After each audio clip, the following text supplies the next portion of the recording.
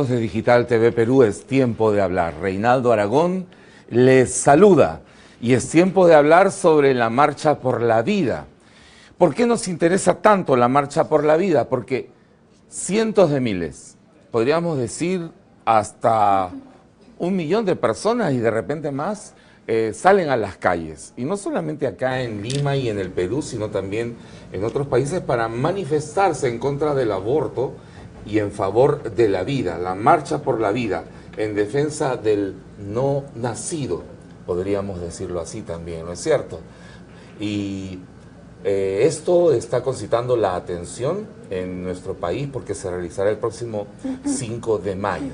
Vamos a revisar también argumentos en favor y en contra también, porque los hay, acerca de el aborto, la necesidad de establecer políticas públicas en favor de la vida y todas estas cosas que se discuten en estos días. Para hablar de esto estamos con Carol Maraví, vocera de Marcha por la Vida. Gracias, Carol, por estar con nosotros. Muchas gracias por la invitación.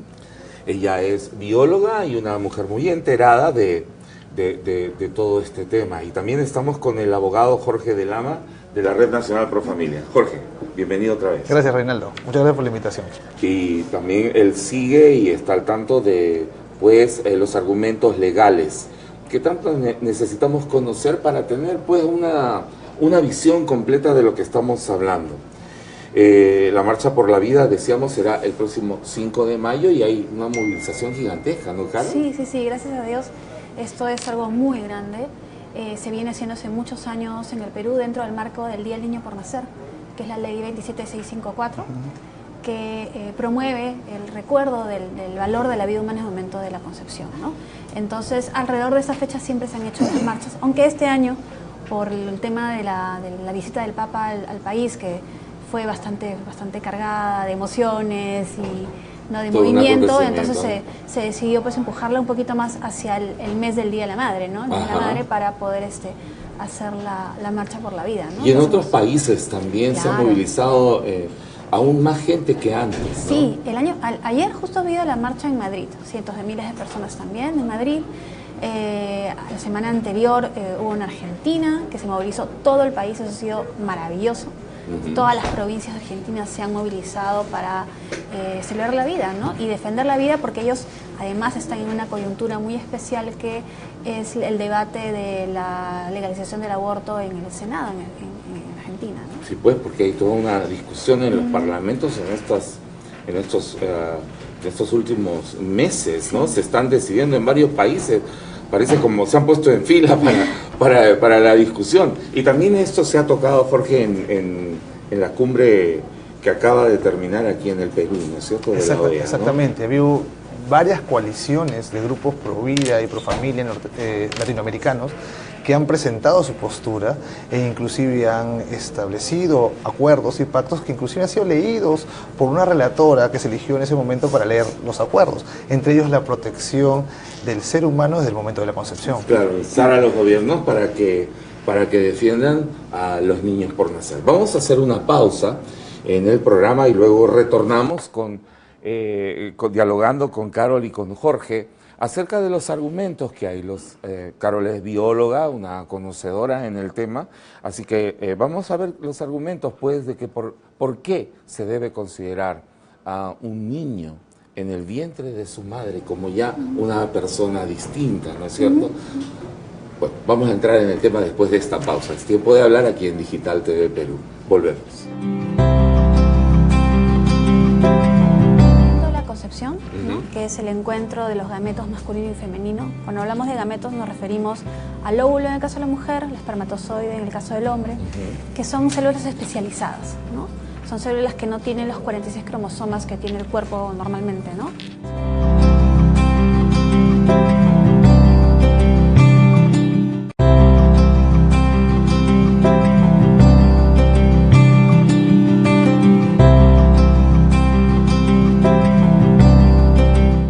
Estamos aquí en Tiempo de Hablar, es Digital TV Perú, conversando con Carol Maraví, vocera de la Marcha por la Vida, y Jorge de Lama, de la Red Nacional Pro Familia.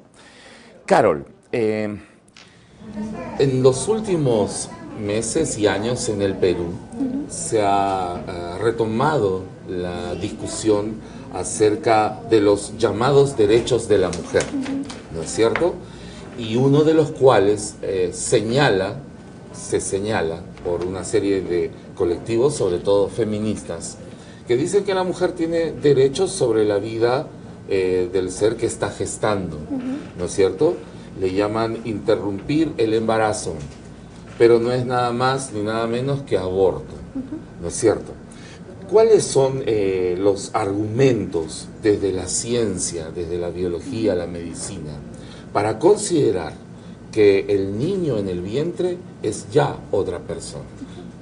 En el momento de la concepción, ¿no?, que es el encuentro de los gametos masculino y femenino. Cuando hablamos de gametos nos referimos al óvulo en el caso de la mujer, el espermatozoide en el caso del hombre, que son células especializadas, ¿no?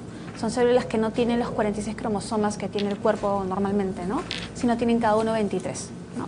En el momento de la concepción, estos se encuentran y esa información genética del padre y la madre se suman y se combinan. Al momento de darse esa combinación, se forma un ADN completamente diferente, nuevo, único y irrepetible, que le pertenece a otro ser humano, que ya no es ni la madre ni el padre. Y además es un ser autónomo. Siempre dicen que el embrión o el feto forman parte del cuerpo de la madre, y no es así. Está conectado a la madre para poder nutrirse, pero nada más. Hay que recordar que la concepción se da en la trompa de Falopio, no se da en el útero. Y pasa por lo menos una semana hasta que va migrando, ¿no?, el embrión y se anida en el útero. Entonces es totalmente autónomo. También cuando se da la división celular, la primera división celular, ya estamos hablando no de dos células igualitas, sino que son células que ya tienen una programación específica, ¿no? Y después se van dividiendo y luego se van separando, se van especializando y van formando los tejidos. Hay células que van a formar los tejidos del cuerpo, hay otras que van a formar todo lo externo, la placenta, ¿no?, el corion, ¿no? Entonces te das cuenta pues que el bebé en realidad desde el momento de la concepción tiene toda su información, y no solamente su propia información genética, sino todo lo que tiene que hacer para continuar con su vida y luego conectarse a la madre para recibir la nutrición, igual que como va a lactar luego, pero no es más que eso. A mí me gusta el nombre que se le da a una mujer cuando pues sale embarazada. Le dice, está gestando, Claro. está en un estado de gestación. Exacto. ¿No es cierto? Que tiene que ver con el gestionamiento, ¿no es cierto? ¿No es cierto? De una vida. Administrar. Administrar, ¿no es cierto? Sí, sí, sí. Claro, y comienza a nutrir este nuevo ser, esta nueva persona, pues se va nutriendo como sucede pues en todos los mamíferos. En todos los mamíferos, ¿no es Sí. cierto?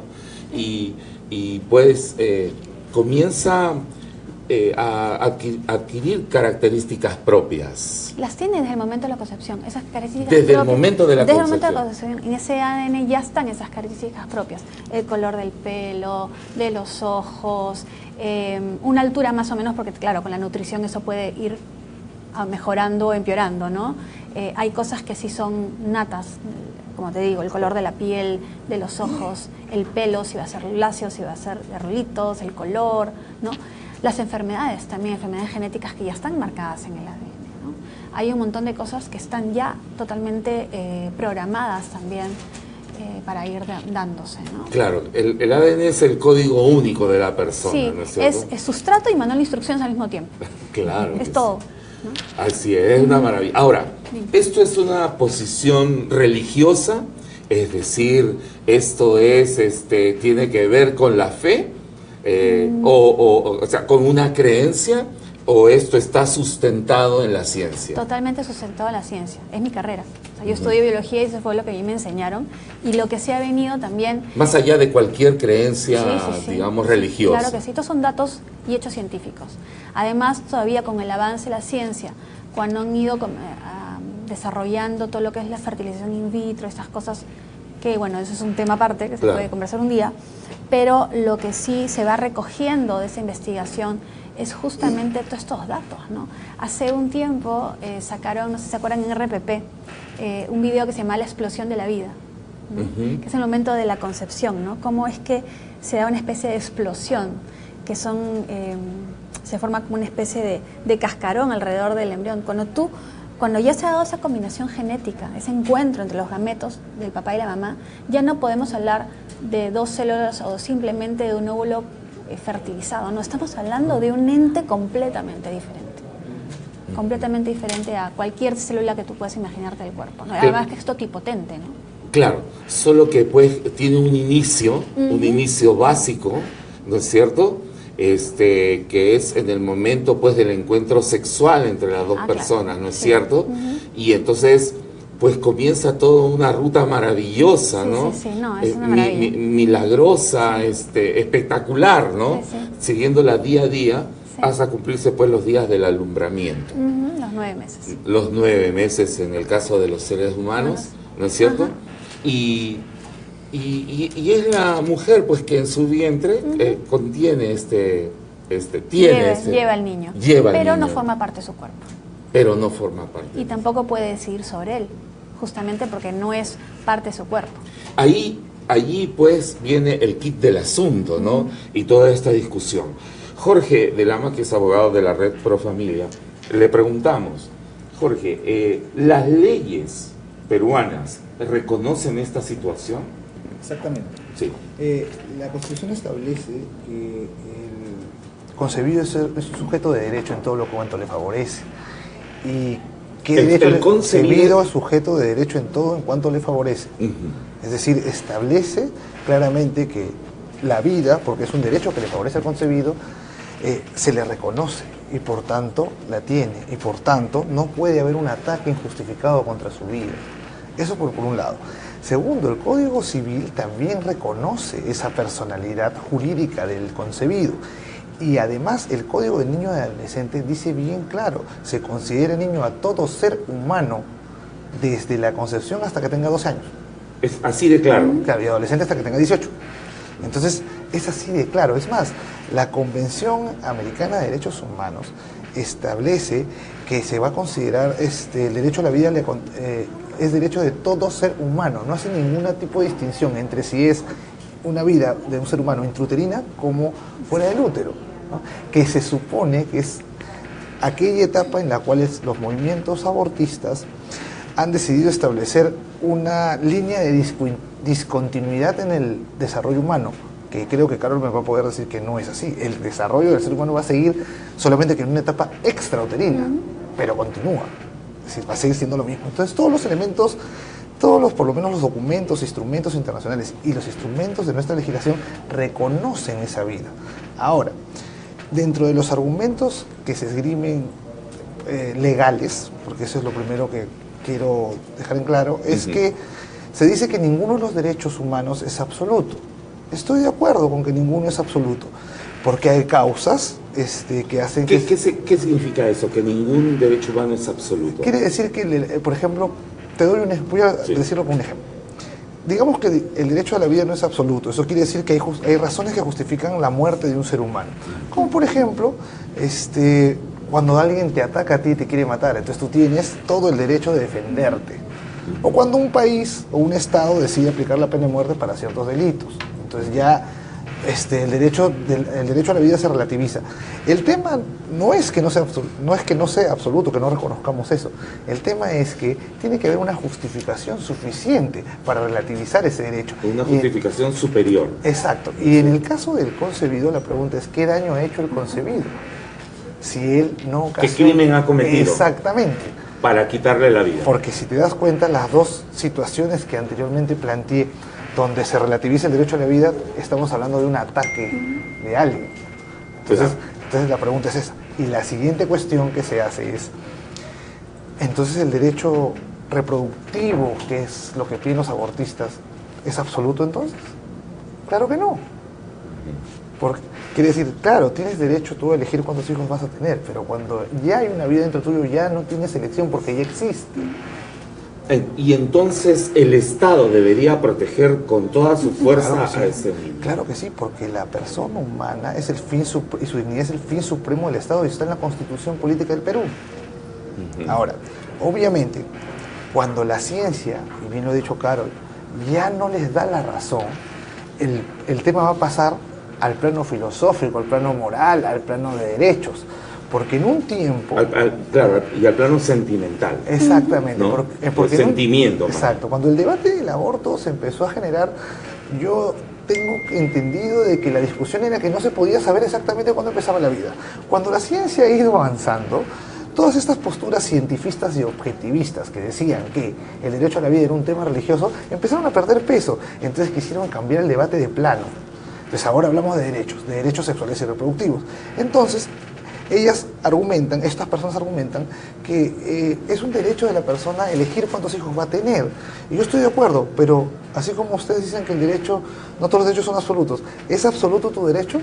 ¿Te habilita a matar otra vida? No te habilita. ¿Te habilita a elegir? Sí, a que nadie te puede obligar a tener los hijos que tú no quieras. Pero cuando ya hay vida, ya no puedes elegir. Es la misma forma en que entendemos la distinción en términos legales de lo que es tener un derecho y cómo ejercerlo. Te explico para terminar. Sí. Tú tienes derecho y nosotros tenemos derecho a elegir a nuestro presidente, ¿cierto? Pero no podemos votar cuando se nos da la gana. No podemos votar en el local donde se nos da la gana. No podemos marcar como se nos da la gana. Hay una forma de ejercerlo. Y eso es lo que hace que exista un orden. En ese sentido, de la misma manera. Tú puedes elegir cuántos hijos vas a tener, a pesar de que yo discuto el tema de los derechos reproductivos. Pero esa libertad no va más allá cuando ya existe, como bien lo ha dicho. Es que hay un tema también como que también lo podríamos tocar, que es el tema de que hay una jerarquía de derechos. Hay una jerarquía de derechos. El primer claro. derecho al que tenemos que velar es el derecho a la vida. Como porque dice la Constitución. Es que sin derecho a la vida no existen otros derechos. ¿Cómo vas a poder gozar de tus derechos sexuales y reproductivos si no tienes vida? ¿Cómo vas a gozar de la libertad si no tienes vida? ¿Cómo puedes gozar de la justicia si no tienes vida? O sea, hay una jerarquía y hay un peso, ¿no? Ahora, que no se toma en cuenta. Así es, yo creo que va quedando claro el tema, digamos, legal, sobre todo en la parte básica, ¿no es cierto? Claro. ¿No?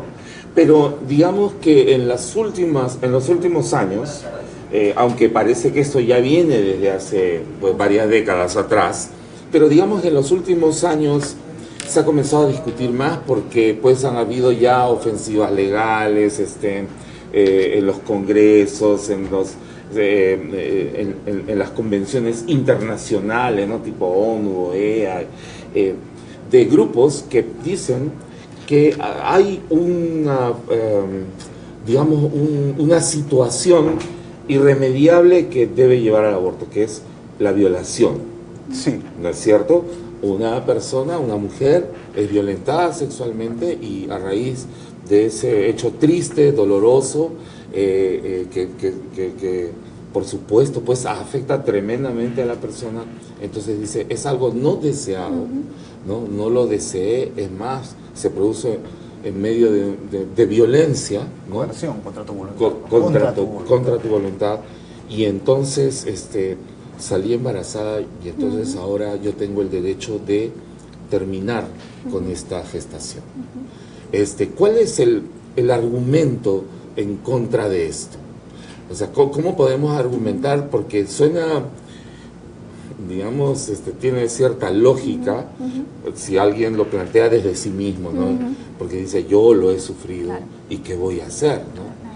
Lo que pasa es que ahí hay que hacer una reflexión un poco más amplia, ¿no? O sea, obviamente una mujer que ha sido violada, esté o no esté embarazada, ha sufrido pues una violencia sumamente profunda a su propia intimidad, a su dignidad, ¿no? Claro.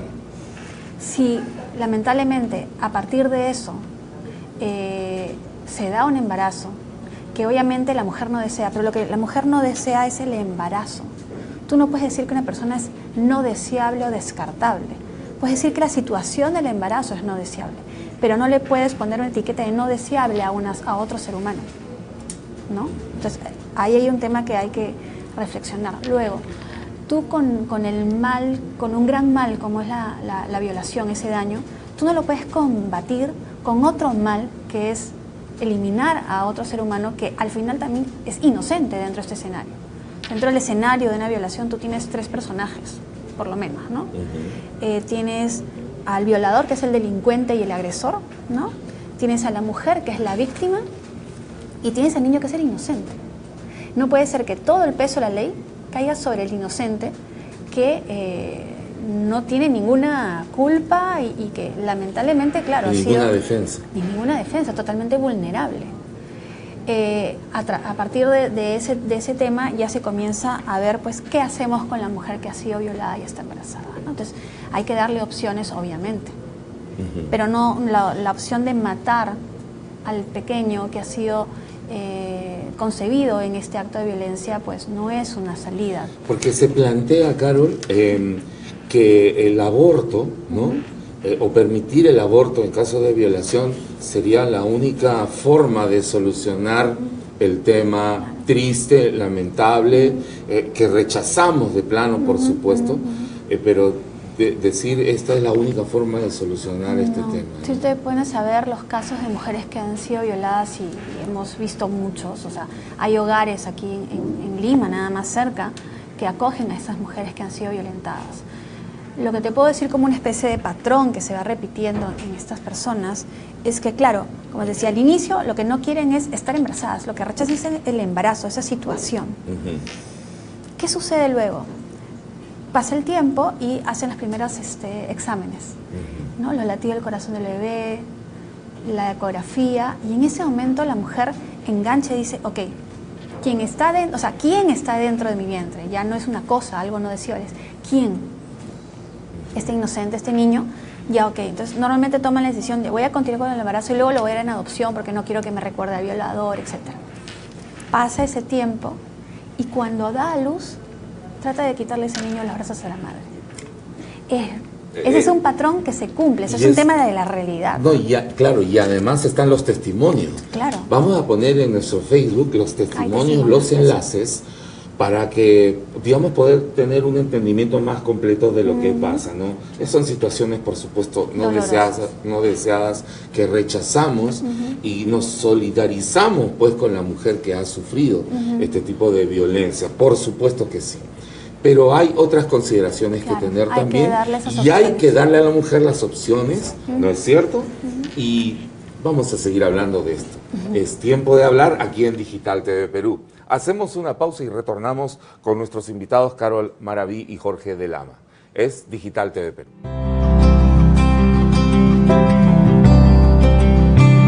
Lo que se establece es en el Código Penal, lo que se estableció en el Código Penal es simplemente... Lo vigente. Claro, lo vigente es que el Código Penal establece que es una conducta prohibida, pero establece una sanción que es tan mínima que hace que sea prácticamente inefectiva. En realidad es inefectiva.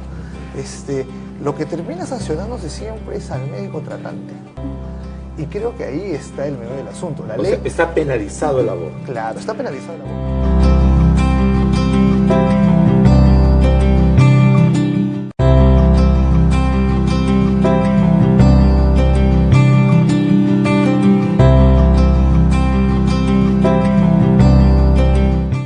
Aquí en Tiempo de Hablar en Digital TV Perú, el derecho a la vida, la marcha por la vida. Es algo fundamental, tenemos que estar nosotros informados de de todas las aristas de este tema que ahora está en discusión. Y lamentablemente pues hay ahora una serie de cuestionamientos ideológicos al tema, ¿no es cierto? Pero vamos a ver qué es lo fundamental y qué tiene que ver con pensamientos distintos a estos y cuáles son los argumentos, porque hay que argumentar bien. No solamente es un tema de religión, ¿no es cierto? Ni de emociones, ¿no es cierto? Ahora, en cuanto al tema legal, Jorge, ¿qué dice la ley peruana acerca de, digamos, el derecho de una mujer, el supuesto derecho, el derecho entre comillas, de una mujer a decidir sobre su embarazo?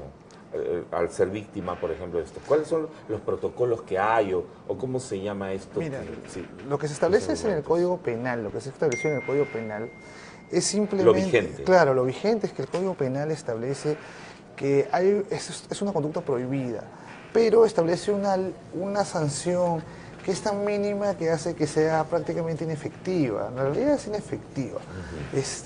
Lo que termina sancionándose siempre es al médico tratante. Y creo que ahí está el meollo del asunto. La ley... está penalizado el aborto. Claro, está penalizado el aborto, está penalizado. Pero a la mujer no se le sanciona cuando comete un aborto autoinfligido en casos de violación sexual. Lo que sí se exige en los protocolos es que haya una denuncia. y hay una denuncia hacia el violador para que haya una persecución sobre el tema.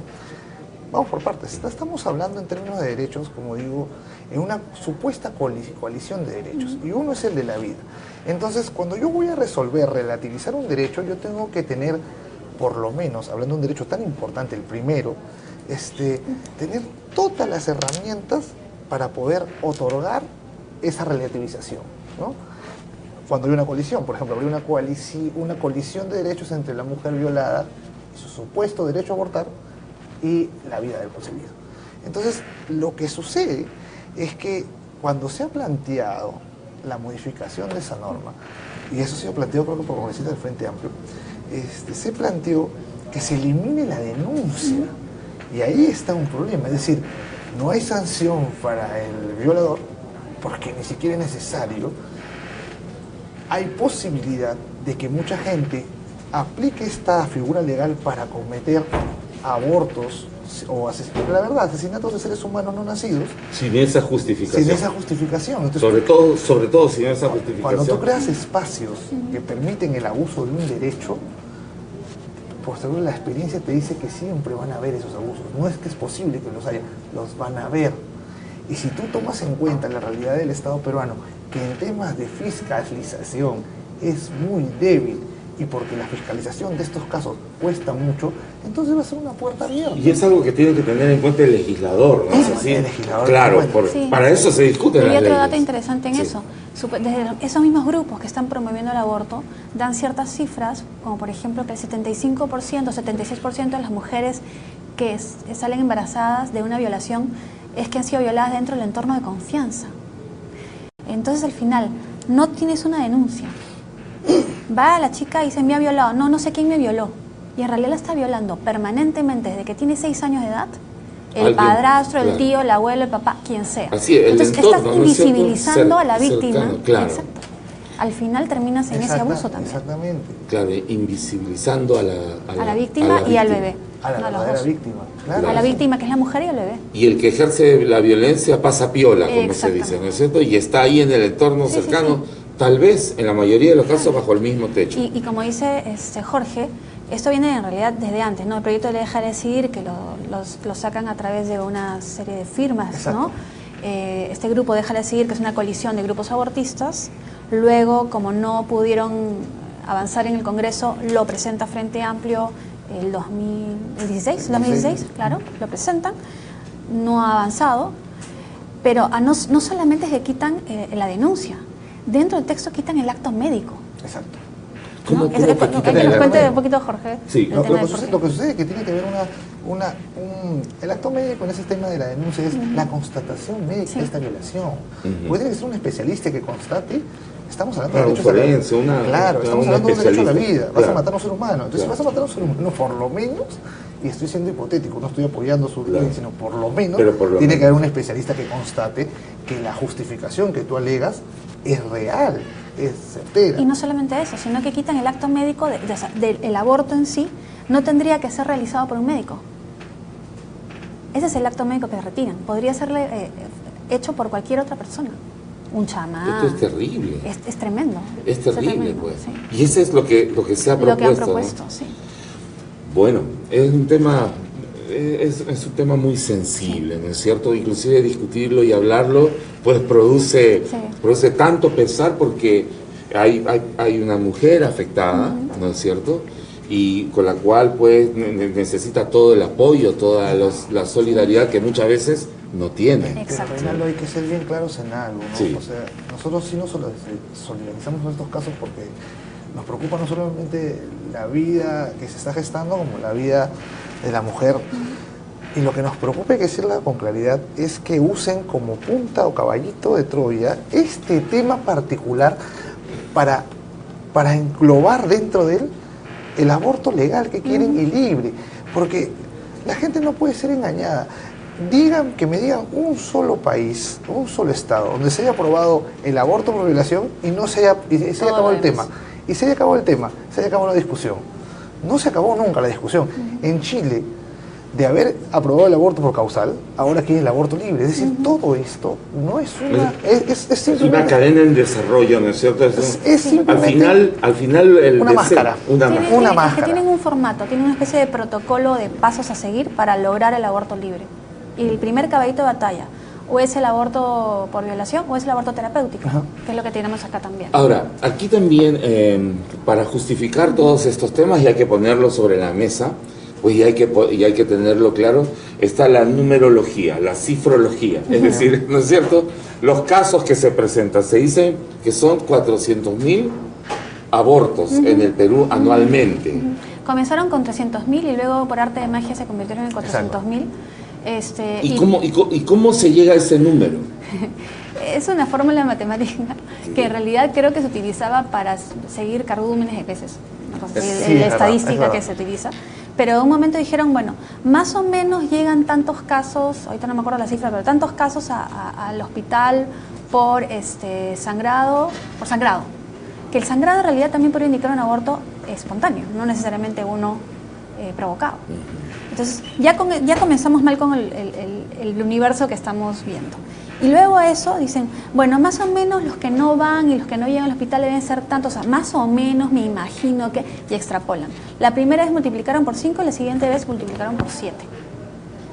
Y ahí está, esa es la justificación numérica, pero se ha presentado oficialmente. Sí, ¿no? mire, yo te puedo decir lo que se dio. Lo interesante, en la red tuvimos la oportunidad de comparar lo que decían las cifras no oficiales, de acuerdo a ellas, y lo que se dio después de la aprobación de la ley de aborto. En España, en el 2010, se hablaba de 300.000 abortos. La misma cifra.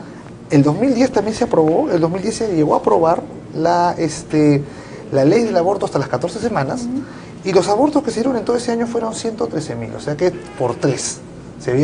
Esos 200.000 abortos quedaron en el aire. En Uruguay se dijo que habían 150.000 abortos por año.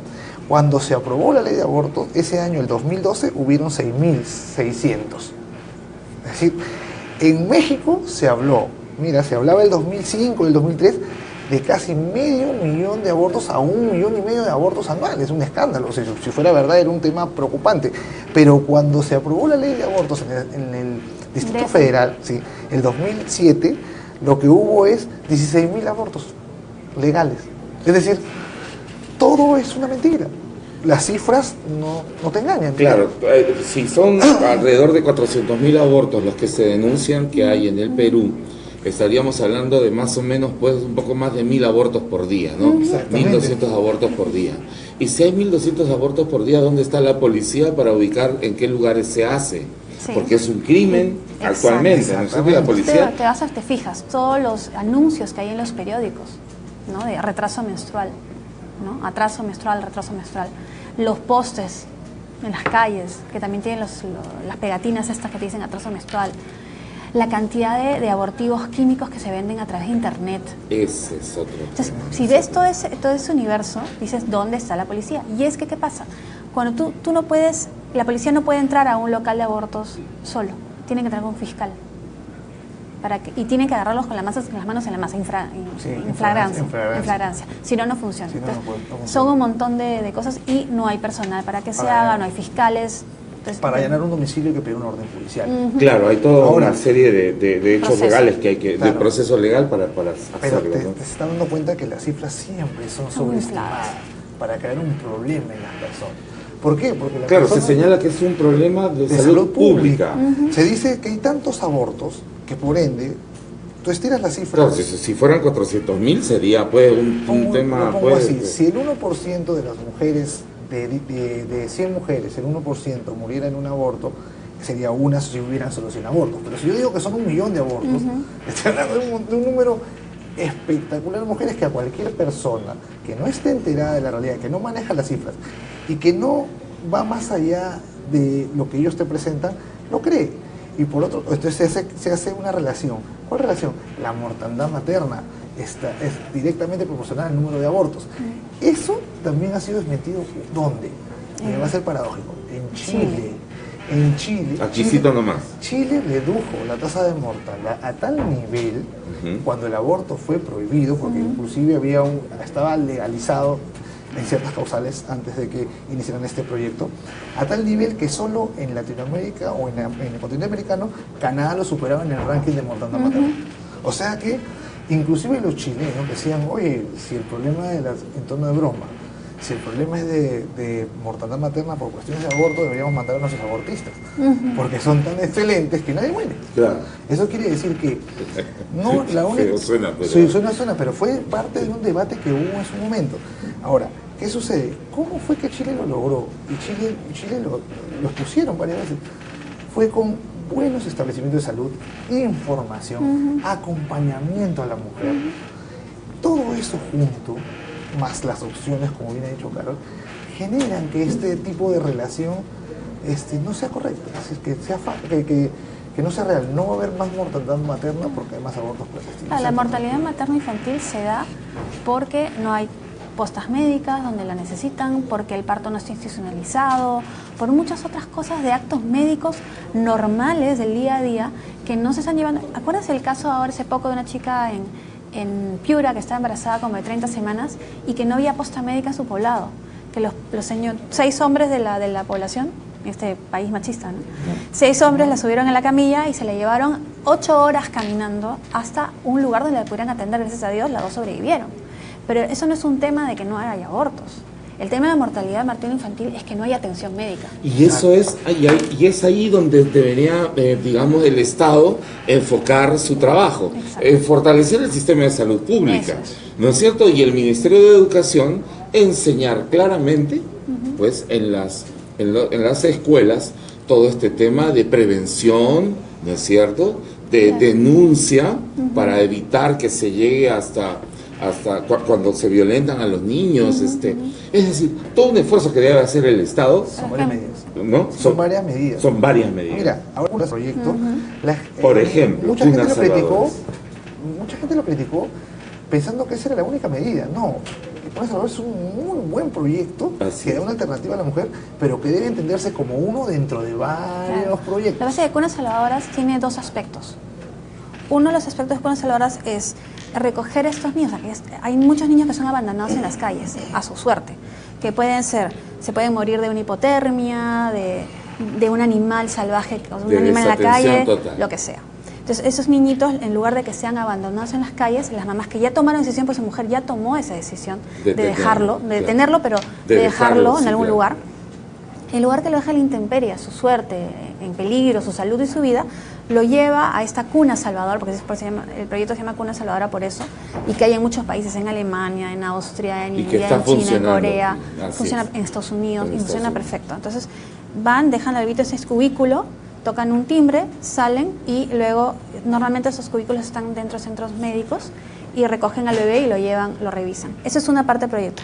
La otra parte del proyecto es el caso de las mujeres que salen embarazadas, que no desean tener al bebé, pero no quieren abortar, sino quieren continuar con el embarazo y se acogen a lo que es el parto. Así es, y ya fue aprobado en la comisión. En la Comisión de Justicia primero, fue al Pleno, regresó, y ahora en la Comisión de la Mujer también ha sido aprobado. Y que debe ser ya visto en el Pleno del Congreso, ¿no? Bueno, vamos a hacer una pausa y retornamos para conocer más cómo se va a desarrollar esta marcha por la vida, porque hay mucha gente que quiere manifestarse en favor de la vida. Claro que sí. Y el Estado, el Congreso, el Gobierno, el Poder Judicial deben escuchar la voz del pueblo, porque nosotros los elegimos. Solo que a veces escuchan otras voces y no hacen caso a la voz del pueblo. Vamos a hacer una pausa y retornamos. Todos los que salimos a caminar, a marchar, a celebrar la vida en las calles, es una forma también de decir, chicas, no se preocupen, aquí estamos para ustedes. Porque el ser pro vida no comienza ni termina en una marcha, sino tiene que ser cada día de tu vida y tienes que salir a apoyar a estas personas que están pasando por momentos de crisis y difíciles. Por eso es que salimos a las calles y creo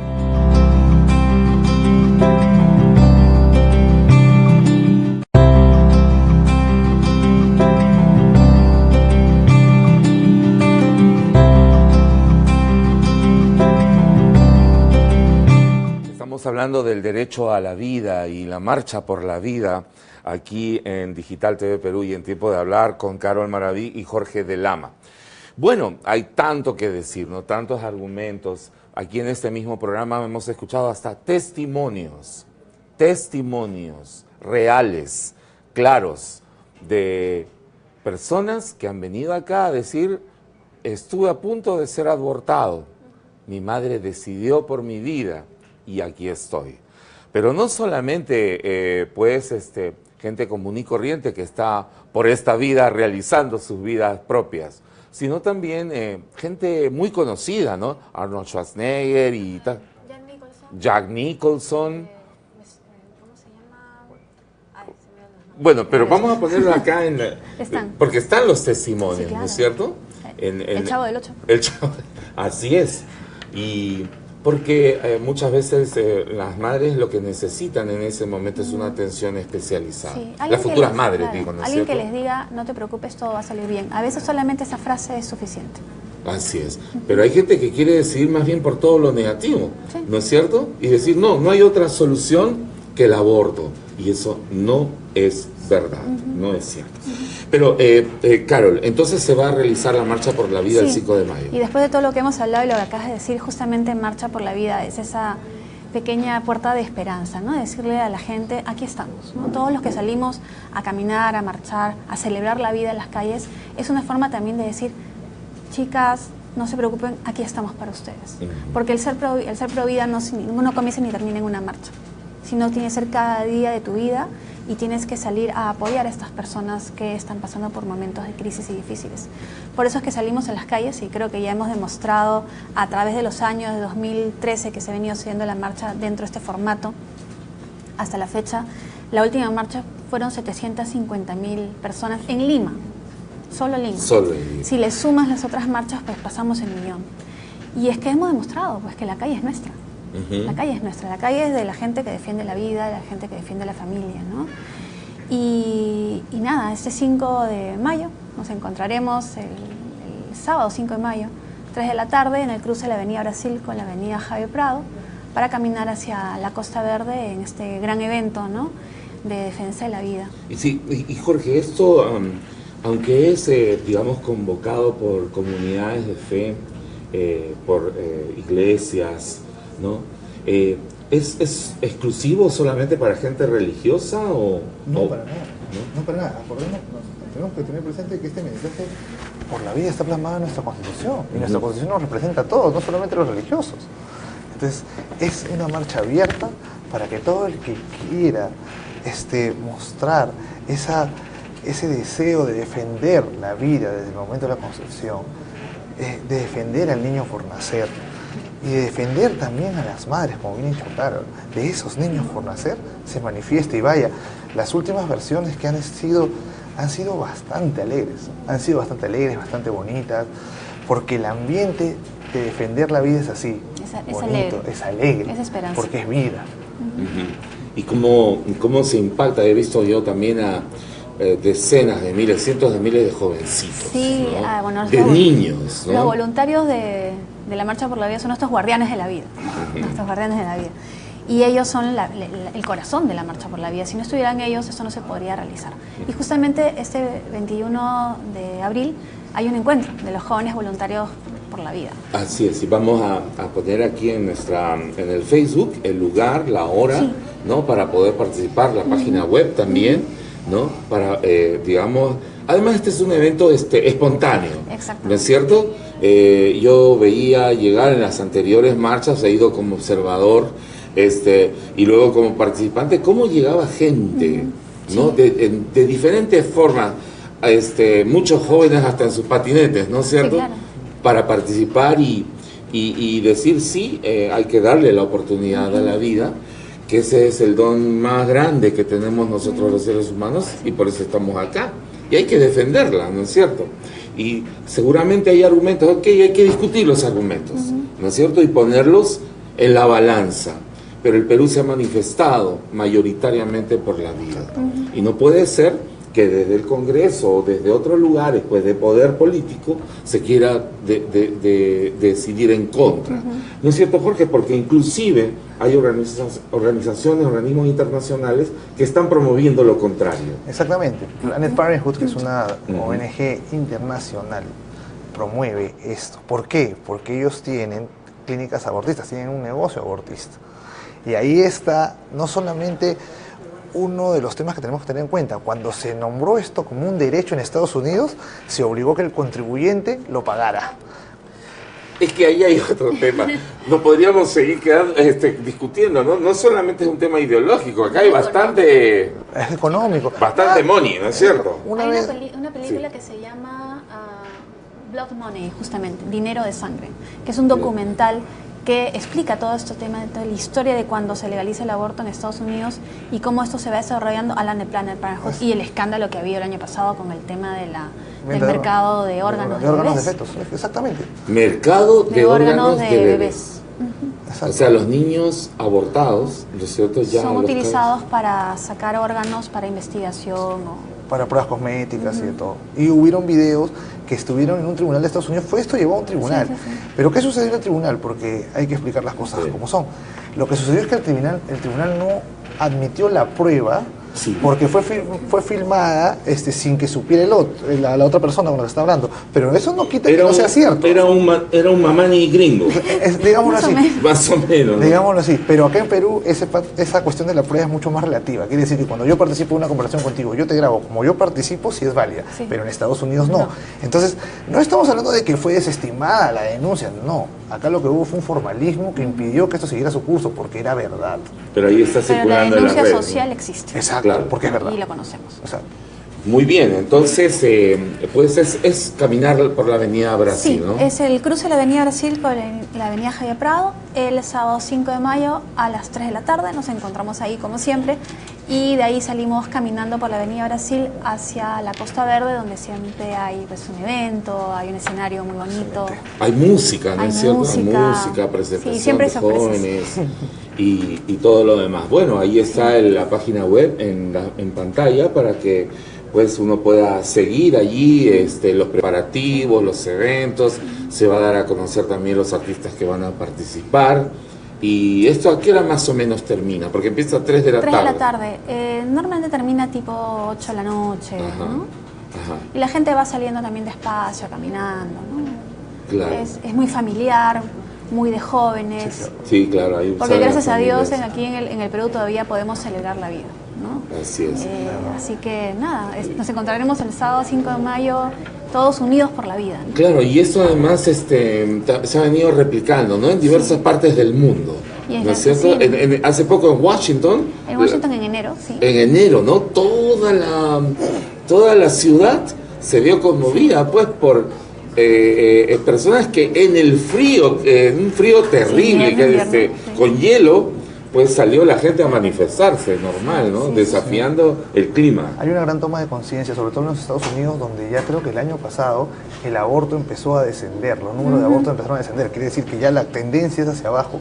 Y se advirtió que muchos jóvenes, en las encuestas, en los polls, como les llaman allá, crecieron más los que estaban apoyando la vida que los del aborto. Y eso es el trabajo que se ha venido haciendo, tal vez por asociaciones, por colectivos, como el que Carlos representa, y también por toda la sociedad organizada, que llega un momento en que tiene que alzar la voz. Claro, y que además no es solamente un colectivo, ¿no? Es la sociedad civil. La sociedad. Y las Exacto. encuestas también lo han demostrado, Las ¿no? encuestas Exacto. lo Prácticamente el demuestran. 90% de los peruanos está a favor de la vida en todos sus sentidos. Ujú. Y claro, y hay posiciones contrarias que se disfrazan en el tema de derechos. De derechos. Exacto. De derechos de la mujer, pero uno No existe tiene ningún derecho al aborto. No existe el derecho a matar. Exacto, no existe el derecho a matar. Claro, uno puede decidir sobre su vida cuando es adulto lo que quiera, pero cuando está en juego otra vida, Claro, no pues puedes ahí hay decidir un sobre tema. terceros. Claro, sobre Exacto. Bien, ha sido tiempo de hablar. Agradecemos a Carol Maraví y a Jorge de Lama, nuestros invitados. Y gracias por habernos acompañado. Sus preguntas puede ponerlas en el Facebook. Estamos aquí en Tiempo de Hablar o en digitaltvperú.com. También puede bajar la aplicación. Ya hay un aplicativo para Android y para iPhone, que usted puede bajarlo desde el lugar donde están allí Play los Store. aplicativos, desde el Play Store, y entonces ya está listo para ver las noticias y lo que ocurre en el mundo y en los diferentes programas de Digital TV Perú las 24 horas del día. Reinaldo Aragón les agradece la atención. Hasta la próxima. Ha sido Tiempo de Hablar.